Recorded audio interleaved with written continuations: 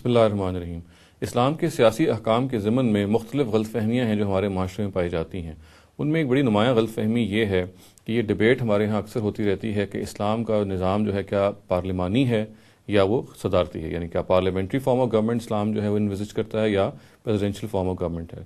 تو اس کے بارے میں سب سے پہلے تو یہ جان لینا چاہیے کہ قرآن مجید میں صراحت کے ساتھ جو بات بیان ہوئی ہے، جو ایک اصول کے طور پہ ہمارے سامنے رہنی چاہیے، وہ یہ ہے کہ امرہم شورا بینہم، یعنی اس آیت کا مطلب یہ ہے کہ مسلمانوں کا جو نظام ہے، مراد یہاں پہ سیاسی نظام ہے،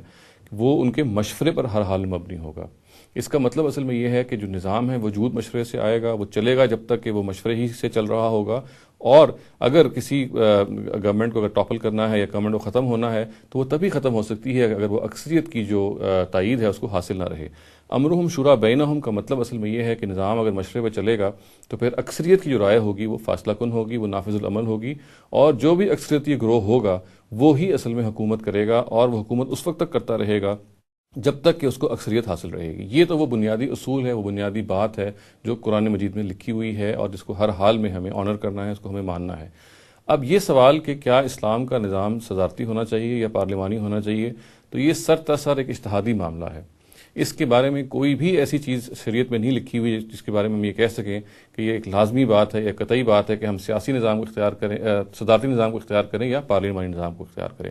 عام طور سے جو یہ ڈیبیٹ کی جاتی ہے کہ چونکہ اسلام میں خلافت کا سسٹم رہا ہے اور خلیفہ چونکہ ایک ہی ہوتا ہے، تو شاید اسلام میں صدارتی نظام ہی وہ نظام ہے کہ جس کا وہ اسلام خواہاں ہے، اور پارلیمانی نظام کی کوئی گنجائش نہیں ہے۔ تو یہ بات بھی ٹھیک نہیں ہے۔ پارلیمانی نظام ہو یا صدارتی نظام ہو، دونوں اگر اپنی روح میں جمہوری ہیں، اور جیسا کہ ہمیں معلوم ہے کہ بعض جگہ یہ اپنے روح میں جمہوری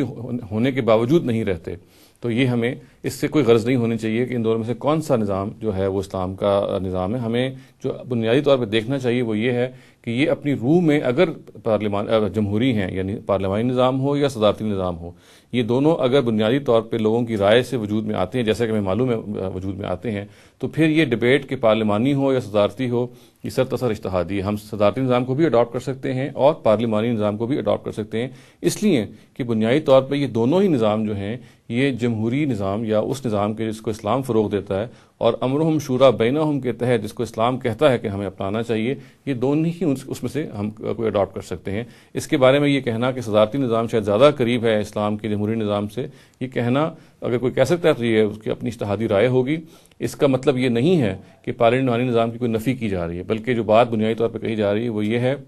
کہ مسلمانوں کا جو نظام ہے ان کے مشورے سے وجود میں آتا ہے اور مشورے ہی کی بنیاد پہ چلتا ہے۔ یہ مشورہ اب مختلف ادوار میں مختلف طریقے سے لیا جا سکتا ہے۔ اگر پارلیمانی نظام کے اندر یہ صلاحیت حاصل ہے کہ وہ مشورہ صحیح طور سے امپلیمنٹ ہو، صحیح طرح سے حاصل ہو، تو اس کو بھی اختیار کیا جا سکتا ہے، اور یہی معاملہ صدارتی نظام ہے۔ اس کے بارے میں جو اس کی حسن و قبح ہے، اس کی جو بہتری یا کہتری کا جو فیصلہ ہے، وہ انسان کو اپنے تجربات اور اپنی جو مختلف ایکسپیرینسز ہوئے ہیں اس کی بنیاد پہ کرنا چاہیے۔ یہ بات کہ ان میں سے کسی ایک کی پریفرنس موجود ہے اسلام کے اپنی سورسز میں، یہ بات درست نہیں ہے۔